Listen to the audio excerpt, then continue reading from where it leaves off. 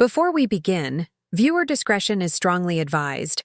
What you're about to hear isn't fiction, clickbait, or dramatized for effect.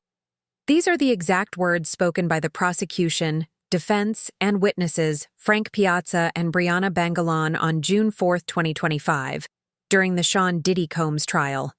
Some language has been censored to comply with YouTube's guidelines, but nothing has been twisted. This is a voiced reading of courtroom testimony as reported by Inner City Press on X.com. Everyone mentioned is presumed innocent unless proven guilty. Still, this isn't easy to hear. Proceed at your own risk. Frank Piazza, an expert in legal audio and video, took the stand. He's worked on over 50 expert cases, most of them criminal, and has testified more than 100 times, often for the same Southern District of New York that's now prosecuting Combs. But he insisted it doesn't affect his objectivity, claiming 75% of his work is for the defense. He's being paid $295 an hour for this case.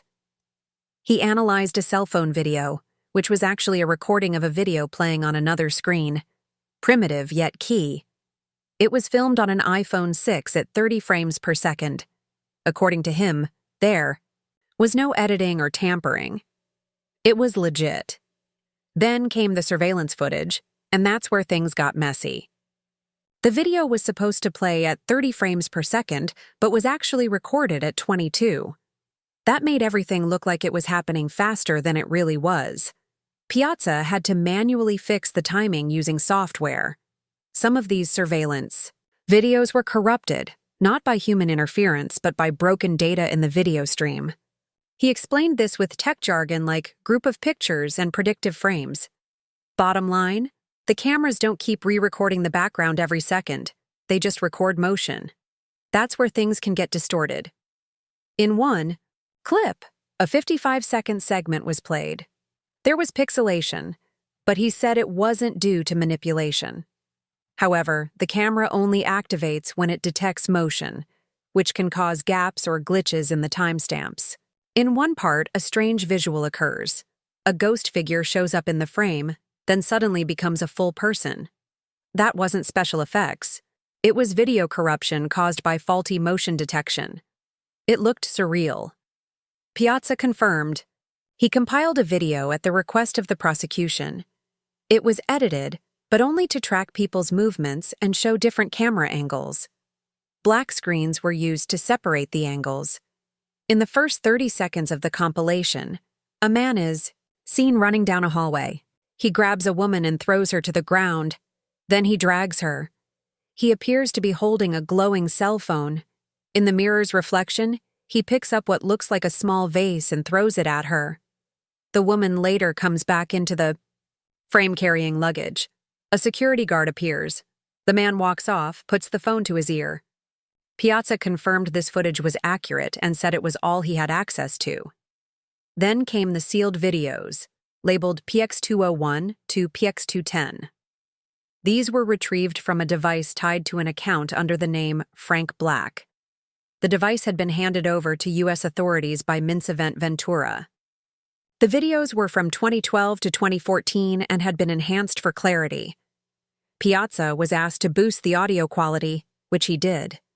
These were then admitted as official evidence. As for the source of the surveillance clips, he confirmed they came directly from the building's original camera system. Not fake, not downloaded. Directly from the source. That's the testimony they gave in court. Straight, unfiltered, and with some serious implications. The surveillance footage wasn't just played. It had to be exported, transcoded, and patched together. When asked who gave Frank Piazza the video, he said it came from the U.S. Attorney's Office, but he had no idea who gave it to them in the first place. Suspicious? Maybe. At one point, Piazza was reminded of calling the surveillance system cheap. He denied saying that, until they showed him his own notes. Caught in the contradiction, he vaguely admitted he might have thought it was cheap in a way. Then they played video 10C103. 2 minutes were missing. Piazza presented a corrected version, but admitted some problems couldn't be fixed. The system had buffering issues and certain parts only recorded when motion was detected. Meaning, there are gaps in the footage. They replayed the moment a man entered the elevator area at 11:02. Suddenly, the timestamps started jumping, back and forth. It wasn't smooth.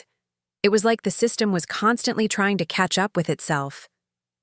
At 11:28, a woman picked up the house phone, but right then there was an abrupt cut in the footage. When asked to explain, Piazza went frame by frame.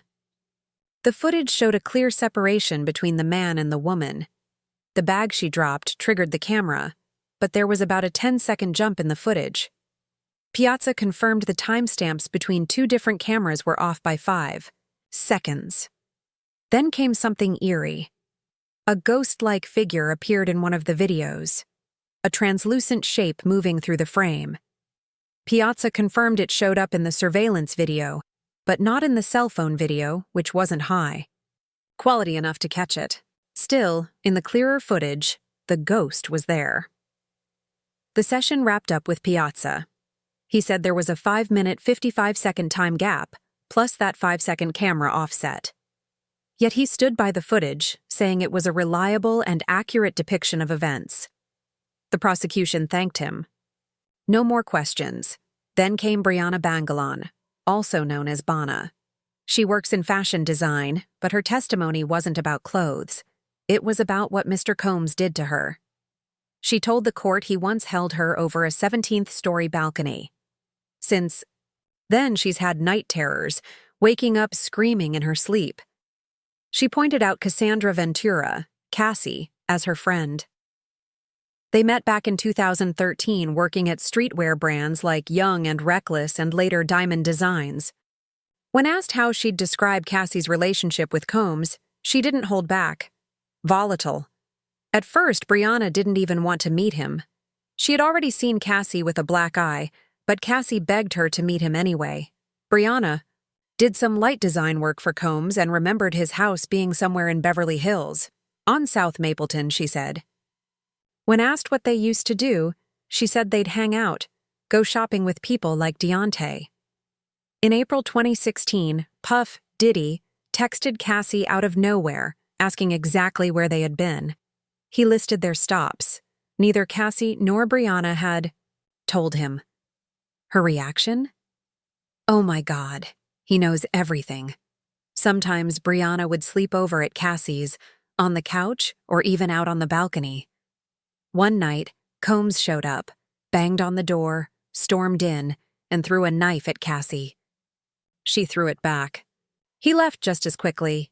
When asked if she was doing drugs at the time, Bryana said she didn't remember. She didn't call the police either. Why? She was terrified. She confirmed seeing bruises and injuries on Cassie through FaceTime before. Makeup was applied for her appearance in The Perfect Match. Cassie didn't say much. She just seemed broken. Bryana described another night at the Blind Dragon, a karaoke bar in West Hollywood. They partied. Later, back at Cassie's, Puff showed up again. Under subpoena, Bryana admitted to getting drugs from Combs. One drug was called G. She wasn't a heavy user, just weed, but she regularly got oxy for Cassie. Sometimes she paid for it. Sometimes not. She even scored cocaine for Combs once. She sold to others too, occasionally. She and Cassie tried to stop, even tried cooking instead of partying. But the drugs were everywhere. When asked if Combs ever threatened her, she said yes. She recalled a moment from April 2016. A photo was taken by a guy who went by the name Bad Boy with an I. They thought they were just making cool street art, but Puff got in her face and said, "I am the devil and I could kill you." Was she high at the time?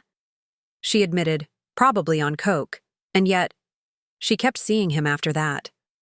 Why? She said she didn't know. She didn't even tell the government about that death threat in their first meeting. When asked why, the defense objected. The judge agreed.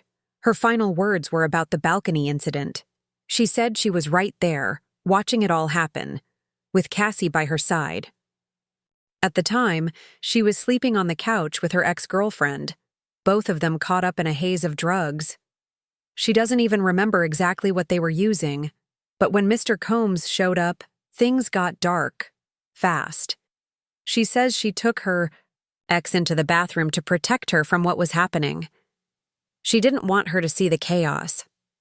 Then she stepped out onto the balcony, either lighting a blunt or about to. That's when Diddy came up behind her. According to her, he grabbed her and lifted her onto the balcony railing. Like a scene from a nightmare, she said she weighed about 115 pounds, and he had her suspended there, dangling over the edge of a 17-story drop. He screamed, "You know what the F you did?" She said, "I don't know what the far I did." She described how he held her there for as long as it took to repeat that line again and again. After that, he threw her onto the balcony furniture. She didn't even realize she was injured. At first. Then Cassie said something like, "Did you just hang her over the balcony?" Combs stormed out. She left too, disgusted and shaken. All she wanted was a shower. That's when she saw it. A massive bruise on her leg, with a weird puncture. In the center, plus neck and back pain. They showed her a photo in court. She confirmed it showed her leg accurately. She'd called one of her managers who told her if she was scared, just go to a chiropractor. She didn't tell the chiropractor who did it. She paid the bill and left with a neck brace, which also appeared in a court photo. Later, she told Diddy directly, "I don't want any problems with you." He didn't respond. He just stared. She last saw him on January 2nd, 2018, a date she tattooed on her body to mark the day she chose to get clean. It was after a New Year's bender in Miami, at the one hotel. She, Diddy, and Cassie had taken 8 straight hours of ketamine.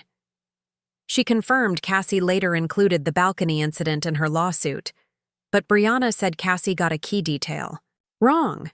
It didn't happen in a hotel. It was at the house. She didn't argue about it, though. And no, they haven't talked about their testimonies. She says she still has nightmares, screaming in her sleep. The last one? Just a few days ago. She's hired a lawyer, in January 2024, to represent her about the balcony incident. But no, she didn't tell the government everything right away. Her first lawyer, Tyrone Blackburn, sent out multiple demand letters to Mr. Combs for a huge amount of money. But Bryana says she never signed off on those letters. She thought they were full of mistakes. She ended up firing him. Then people started reaching out. Tiffany, Cassie, and even Rob Holiday, a music producer who was close to Combs. Holiday said he was calling for Puff. When asked what kind of offer he was making on Combs' behalf, the court cut off the answer, objection sustained. But when asked how she felt during the call, she said she turned it down. Again, the court stepped in, non-responsive. The judge told the lawyers to move on unless you're ready to ask the right questions. She didn't speak to Holiday again. When asked about her lawsuit, she said she didn't write it herself. The amount being requested? $10 million. That's when cross-examination began. The defense reminded her that she has immunity, as long as she tells the truth, and that the prosecutors decide if she's lying. They brought up her past as a graphic designer and how she and Cassie used to work together, even at Cassie's house. Yes, she was helping design t-shirts. Yes, she suggested Cassie do a photo shoot wearing nothing but a shirt in the pool. They spent the night together. They partied hard. The defense tried to paint a picture of 2 friends with a serious drug problem, and Bryana didn't deny it. Weed made her hungry. Ecstasy made her happy. G made her feel like she was drunk. Then she'd throw up. They even smoked Cocoa Puff blunts, weed laced with cocaine. She admitted it all. Yes, we had a serious drug problem. She sold pills to Cassie, a lot, maybe even hundreds. She was asked to name her dealers. She hesitated. They reminded her that her clothing line didn't succeed, blaming the skater mindset of the company she worked with, Diamond Supply Co. She insisted they saw her vision. Maybe they just didn't care. And yes, despite everything, she once considered Cassie one of her best friends. The witness said she met Mr. Combs in 2016. Their first meeting? A dinner at his house. Was he friendly? No, he was standoffish. They asked if she'd spoken with Deontay Nash after his testimony. Yes, but not about his testimony. The defense pushed back. You didn't need to talk because you already knew, right? Objection. Sustained. Then came the civil lawsuit. You hired attorney Tyrone Blackburn to sue Mr. Combs? Yes, because I wanted justice. Your definition of justice is suing for money? In November 2023, Cassie filed her lawsuit. The witness said they were working together at the time. Cassie's suit mentioned the infamous balcony incident. The witness said, Cassie said it happened at a hotel. You said it happened at your apartment? Not exactly like that. Then came a printed page. Read this. Now look up. She was confronted with conversations about when, where, and who was there. 2015, 2016. The timeline was messy. Memory? Fuzzy. The birthday party? What were you doing? I don't remember. They brought up an alleged knife-throwing incident. He just walked in and threw a knife? I'm not sure. You told the government it was knife fights, plural? I don't remember. Then the contradiction. You said at a photo shoot Mr. Combs told you, I could kill you. But first you told the government it happened at a party. Maybe, I don't know. Then came the letter. Your demand letter said he told you, I could kill you while hanging you over a balcony. He said it. But it wasn't at the same time. Sidebar. Then, you met with the government. On January 18, 2024, you didn't mention the I could kill you line, but it did show up in your demand letter? Yes? Then came drugs. You let him go because the drugs were expensive, right? They are expensive, I guess. You and Cassie, was it a drug partnership? Yes. Cassie would pay, I'd go buy. Meetings with the government followed, May 25th, June 2nd, 3 and 4. That's today. I'm not great with dates. Then back to the balcony again. You said there was a party in the apartment? I don't remember. You told them your girlfriend was in the bathroom, not that you took her in? It was my ex. More contradictions. Your complaint says you were smoking a cigarette, but you told the government it wasn't weed? I don't remember. You told them he was charging at you? I don't remember. Did he grope your breasts on the balcony? My lawyer said that. Didn't you just tell prosecutors 2 days ago that you couldn't remember what happened on the balcony? I don't remember. Do you remember what drugs you were on? No. You said Molly and G, that's a lot. Didn't you take them all? Not all in one night. And that was the end of the day in the Diddy trial. Narrator. Confused. Testimony. Shifting timelines. Drug use. Civil lawsuits. So, who came out stronger today? The prosecution or the defense?